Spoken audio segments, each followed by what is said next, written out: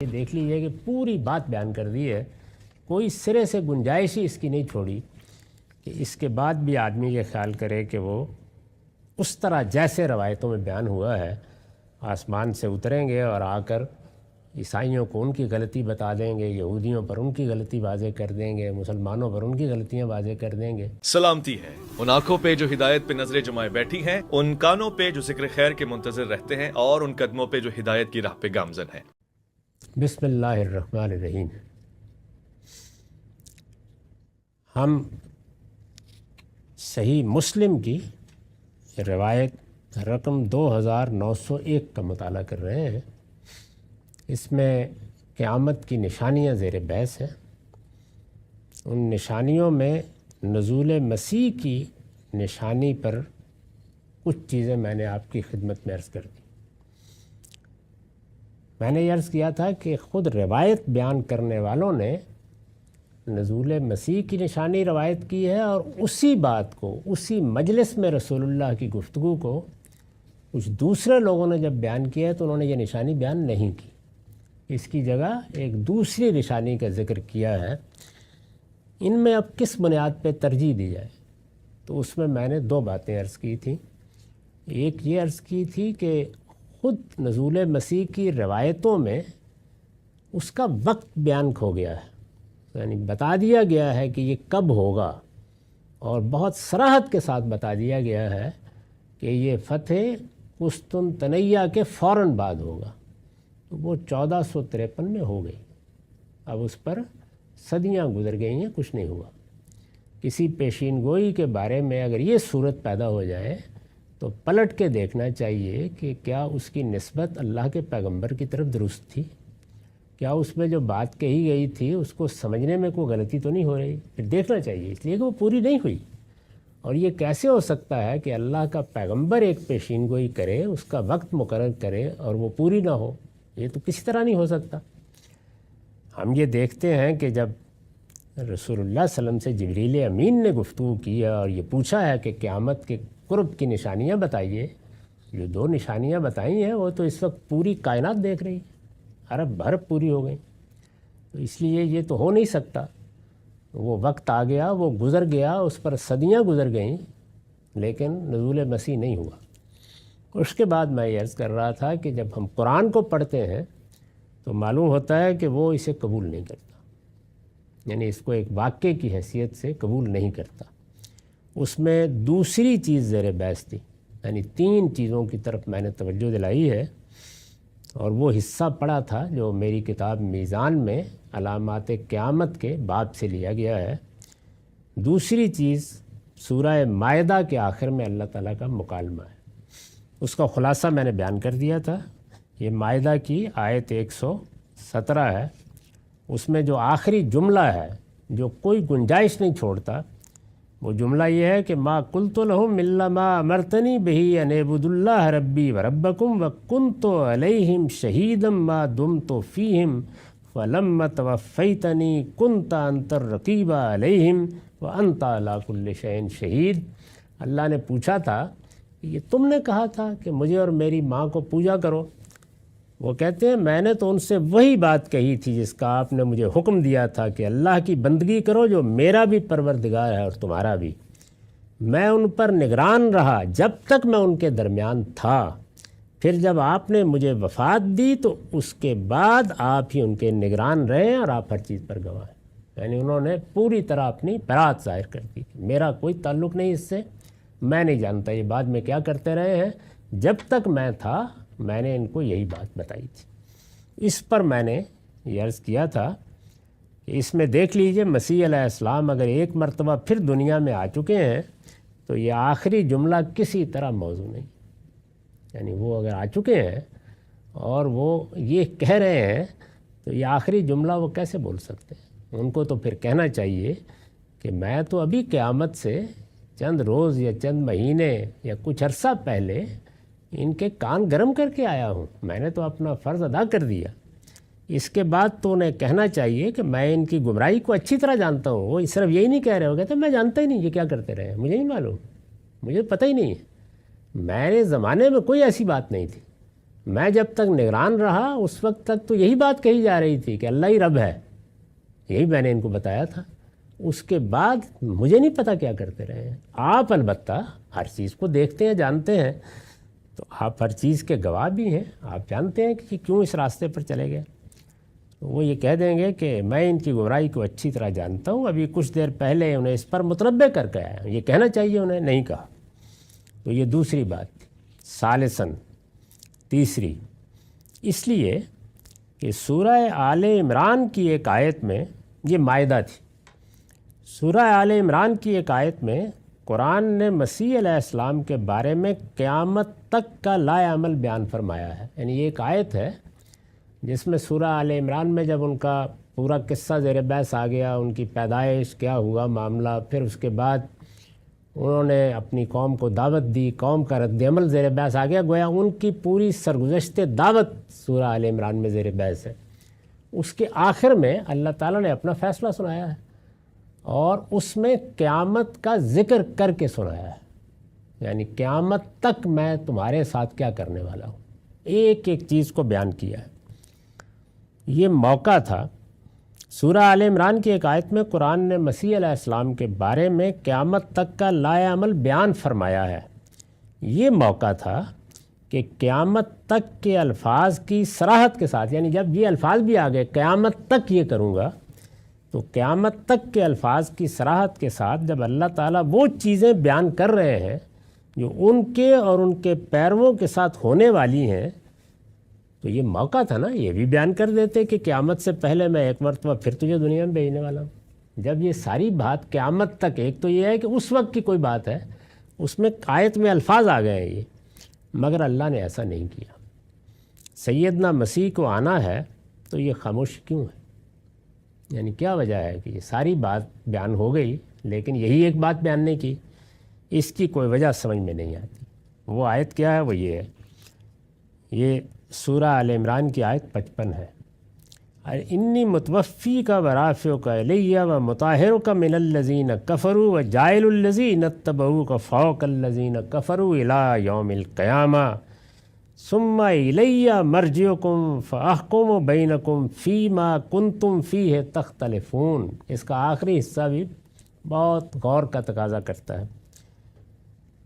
اب ذرا ترجمہ سنیے، میں نے فیصلہ کیا، یعنی اللہ تعالیٰ کہتے ہیں میں نے فیصلہ کیا، دعوت ختم ہو گئی، قوم نے ان کو مار دینے کا فیصلہ کر لیا، اس موقع پر اللہ تعالیٰ فرما رہے ہیں میں نے فیصلہ کیا ہے کہ تجھے وفات دوں گا، یہ پہلی بات کہی، اور اپنی طرف اٹھا لوں گا اور تیرے ان منکروں سے تجھے پاک کروں گا، یعنی یہ اب غلاظت کا ڈھیر ہے، ان سے نکال لوں گا میں تجھے، اور تیری پیروی کرنے والوں کو، یعنی جو اب تجھے ماننے والے پیدا ہوں گے کو قیامت کے دن تک ان منکروں پر غالب رکھوں گا۔ یہ حضرت مسیح کے بارے میں اللہ تعالیٰ کا فیصلہ ہے، اور یہ خود قیامت کی نشانی بن گیا ہے۔ یعنی آج سے 2000 سال پہلے یہ اعلان کیا گیا کہ میں تیرے ماننے والوں کو، جب ماننے والا کوئی تھا ہی نہیں، یعنی ماننے والے کیا تھے؟ وہ 8-10 بیچارے جو وہاں پہاڑ کی کھو میں بیٹھے ہوئے کوشش کر رہے تھے کہ اپنے پیغمبر کو بچائیں کیسے، اور جب ایک ان میں سے مخبری کر رہا تھا چند روپے لے کے، یہ اس وقت فرمایا ہے کہ ہم نے یہ کہہ دیا تھا کہ اب یہ یہود ہیں جنہوں نے تیرا انکار کر دیا ہے، یہ آخری حجت تھی ان پر، اس کے بعد اب قیامت تک تیرا نام لیوا بھی جو کوئی پیدا ہوں گے ان کو ان کے اوپر غلبہ حاصل رہے گا، اور قیامت کے دن تک یہ صورتحال تبدیل نہیں ہوگی۔ تو دیکھیے کتنی بڑی نشانی بن گئی۔ اسی کو ایک دوسری سورہ میں کہا ہے کہ مسیح تو اپنے وجود سے قیامت کی نشانی ہے، یعنی جب چاہو اس کو دیکھ لو۔ تو یہاں قیامت کے دن تک کیا لائے عمل ہے وہ بیان کیا، فرمایا کہ ثم الیہ مرجعکم، یہ رہے گا قیامت تک معاملہ، پھر تم سب کو، یہود بھی، تمہارے ماننے والے بھی، سب میرے پاس آنا ہے، بالآخر میرے پاس آنا ہے۔ پھر میں کیا کروں گا؟ فَأَحْكُمُ بَيْنَكُمْ فِي مَا كُنْتُمْ فِيهِ تَخْتَلِفُونَ، سو اس وقت میں فیصلہ کروں گا ان چیزوں کا جن میں اختلاف رہا ہے۔ اگر وہ آ گئے ہیں تو اختلاف کا تو فیصلہ کر کے چلے جائیں گے۔ یہ دیکھ لیجئے کہ پوری بات بیان کر دی ہے، کوئی سرے سے گنجائش ہی اس کی نہیں چھوڑی کہ اس کے بعد بھی آدمی یہ خیال کرے کہ وہ اس طرح جیسے روایتوں میں بیان ہوا ہے آسمان سے اتریں گے اور آ کر عیسائیوں کو ان کی غلطی بتا دیں گے، یہودیوں پر ان کی غلطی واضح کر دیں گے، مسلمانوں پر ان کی غلطیاں واضح کر دیں گے۔ اگر یہ سب ہو گیا ہے تو پھر خدا نے یہ کس چیز کا فیصلہ سنانا ہے؟ تو اس کا کوئی سوال نہیں ہے۔ یہ وہ تین چیزیں جو قرآن مجید سے میں نے اس لیے عرض کر دی ہیں کہ ان کے ہوتے ان روایتوں کو اس طرح نہیں مانا جا سکتا۔ پھر کیا یہ روایتیں کسی نے بنا لی ہیں یا ان کا کوئی مدعا اور ہے؟ تو میرا زاویہ نظر یہی ہے کہ نہیں، ان کا مدعا بالکل اور ہے، اس کو سمجھنے میں غلطی ہوئی ہے، لیکن وہ اس وقت کا موضوع نہیں ہے۔ تو اس کے ساتھ یہ بات تو پایہ تکمیل کو پہنچی۔ اگلی نشانیوں پر اب ہم اگلی نشست میں بات کریں۔ وآخر دعوانا الحمدللہ۔ بسم اللہ الرحمن الرحیم۔ صحیح مسلم کی روایت رقم 2901 زیر بحث ہے۔ اس کا متن ہم پڑھ چکے ہیں، اس کا ترجمہ بھی سنایا جا چکا ہے۔ اس میں قیامت کی 10 نشانیاں زیر بحث ہیں۔ ان 10 نشانیوں میں بعض نشانیوں کی وضاحت پیچھے ہو گئی تھی، بعض کی میں نے پچھلی نشست میں کر دی تھی۔ اب ہم یہاں پہنچ گئے تھے کہ ایک 10ویں نشانی مسیح علیہ السلام کے نزول کی بیان ہوئی ہے۔ میں نے یہ عرض کیا تھا کہ یہی روایت، یعنی یہی واقعہ، یہی روایت دوسرے طریقوں سے بھی آئی ہے۔ جب رسول اللہ نے کوئی بات بیان کی ہے، جس طرح کہ خود روایت میں ذکر ہوا ہے کہ ہم لوگ مسجد میں بیٹھے ہوئے تھے، صحابہ بیان کرتے ہیں کہ ہم لوگ مسجد میں بیٹھے ہوئے تھے، رسول اللہ صلی اللہ علیہ وسلم نے ہمیں کچھ باتیں کرتے ہوئے سنا، تو گھر کے دروازے میں کھڑے ہو کر پوچھا، ہم نے جواب میں یہ کہا کہ ہم قیامت کا ذکر کر رہے ہیں، قیامت کا تذکرہ ہو رہا ہے۔ تو آپ نے فرمایا کہ قیامت اس وقت تک نہیں آئے گی جب تک یہ 10 نشانیاں نمودار نہیں ہو جائیں گی۔ یہ بات رسول اللہ نے فرمائی، لوگوں نے سنی، سننے والے اب آگے بیان کر رہے ہیں۔ بیان کرنے میں اس جگہ اختلاف ہو گیا ہے، یعنی 10 نشانیاں بیان کرتے ہوئے بعض دوسرے طریقوں میں یہاں مسیح علیہ السلام کے نزول کا ذکر نہیں ہوا، بلکہ ایک اور نشانی بیان ہوئی ہے، اس کا میں نے ذکر پچھلی نشست میں کر دیا تھا، اور یہ بتایا تھا کہ جب ایک مجلس سے آ کر مثال کے طور پر 2 لوگ بیان کرتے ہیں، ایک شخص یہ بیان کرتا ہے کہ 10 باتیں بیان کی گئی تھیں، اس میں 10ویں بات یہ تھی، اور دوسرا بیان کرتا ہے کہ اس میں 10ویں بات وہ نہیں، یہ تھی، اور وہ کیا بات تھی؟ وہ سیدنا مسیح علیہ السلام کا نزول تھا۔ تو اب اس میں سے کس کی بات کو ترجیح دی جائے؟ میں نے عرض کیا تھا کہ اس میں دوسری بات، یعنی سیدنا مسیح علیہ السلام کا نزول نہیں، بلکہ ریح تلقی الناس فی البحر، ایک ہوا چلے گی جو لوگوں کو اٹھا کر سمندر میں پھینک دے گی، اسی کو ترجیح دینی چاہیے۔ کیوں دینی چاہیے؟ اس کے کچھ دلائل ہیں جو میں نے پھر یہاں بیان کیے۔ تو میں نے لکھا ہے کہ ہمارے نزدیک 2 وجوہ سے اس کو مضمون کے لحاظ سے ترجیح حاصل ہے، یعنی 2 لوگوں نے بات بیان کی ہے رسول اللہ کی مجلس سے آ کے، 2 طریقوں میں وہ بات آگے نقل ہوئی ہے، ان میں سے ایک میں مسیح علیہ السلام کا ذکر ہے اور دوسری میں کسی دوسری نشانی کا ذکر ہے، ان کا ذکر نہیں ہے۔ تو اس میں سے کیوں ترجیح دی جائے؟ وجہ کیا ہے؟ تو میں نے لکھا ہے کہ ہمارے نزدیک 2 وجوہ سے اس کو مضمون کے لحاظ سے ترجیح حاصل ہے۔ 10ویں نشانی اسی ہوا کو سمجھنا چاہیے، اس صورت میں روایت کے بعد پوری ہو جائے گی۔ وہ 2 وجوہ کیا ہیں، یعنی کیوں ترجیح دی جائے؟ ایک اس وجہ سے کہ نزول مسیح کا جو وقت آگے ایک روایت میں بیان ہوا ہے، نزول مسیح کی بہت سی روایتیں ہیں، وہ آگے زیر بحث بھی آئیں گی، تو اس میں ایک وقت بیان ہوا ہے کہ یہ کب ہوگا۔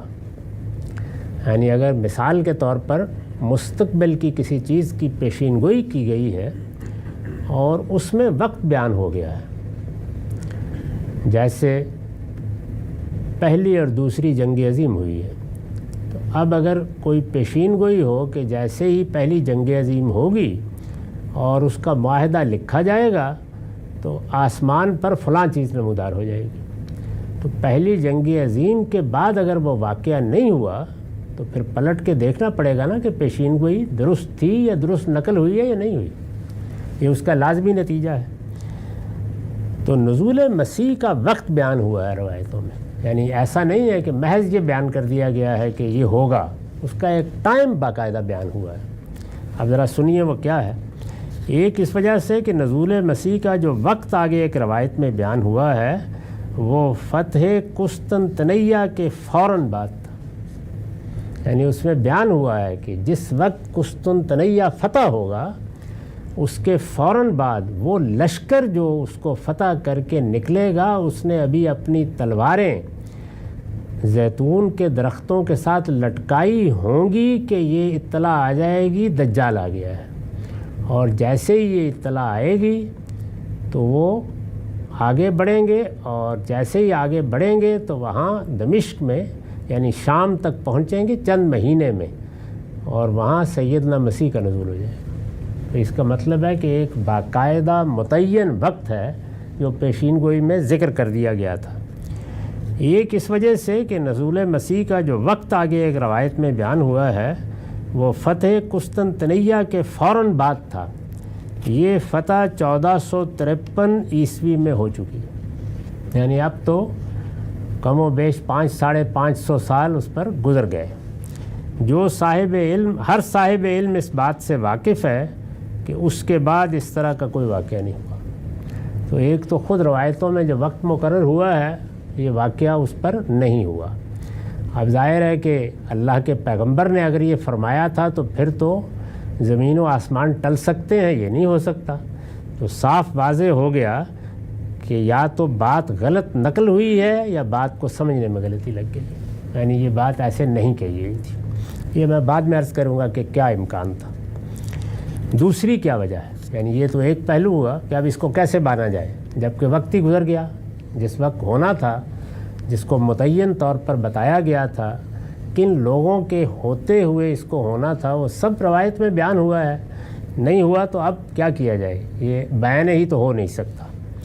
دوسرے اس وجہ سے کہ مسیح علیہ السلام کے بارے میں جو تصریحات قرآن میں وارد ہیں، یعنی اب اللہ کی کتاب پر آ جائیے تو خود روایت نے مسئلہ پیدا کر دیا۔ اب قرآن میں آ جائیے تو قرآن میں جو تصریحات ہیں وہ ان کے اس نزول کو کسی طرح قبول نہیں کرتی۔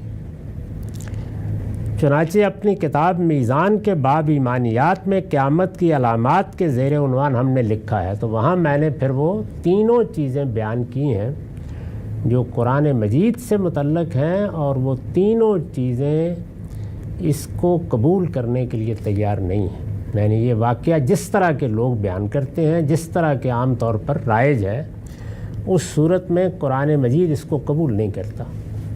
کیوں قبول نہیں کرتا؟ وہ تینوں چیزیں کیا ہیں میں نے ان کو بیان کیا ہے، وہاں سے میں اس کو یہاں نقل کر رہا ہوں۔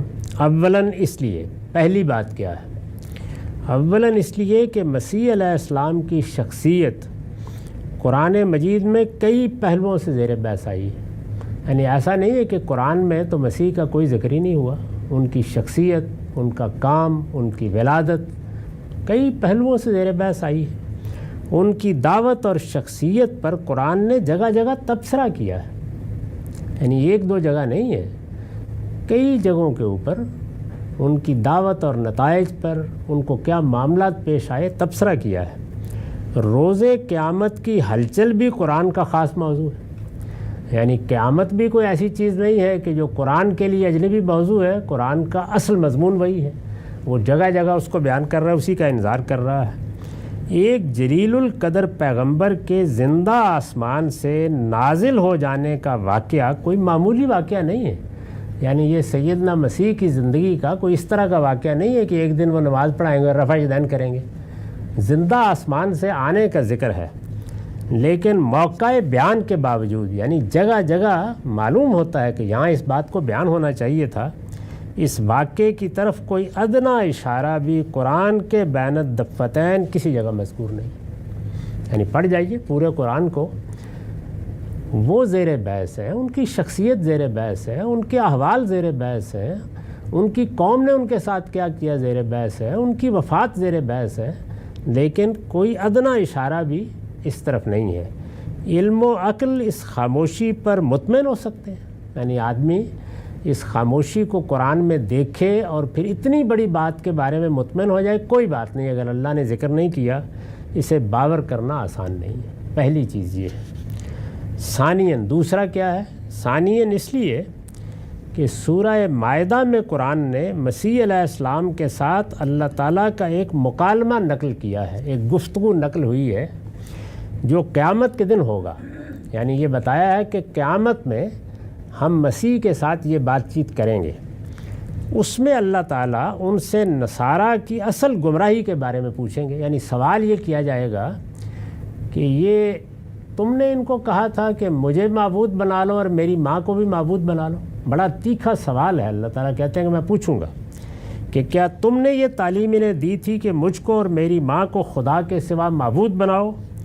اس کے جواب میں وہ دوسری باتوں کے ساتھ یہ بھی کہیں گے کہ میں نے تو ان سے وہی بات کہی جس کا آپ نے مجھے حکم دیا تھا، اور جب تک میں ان کے اندر موجود رہا اس وقت تک دیکھتا رہا کہ وہ کیا کر رہے ہیں، لیکن جب آپ نے مجھے اٹھا لیا تو میں نہیں جانتا کہ انہوں نے کیا بنایا اور کیا بگاڑا ہے۔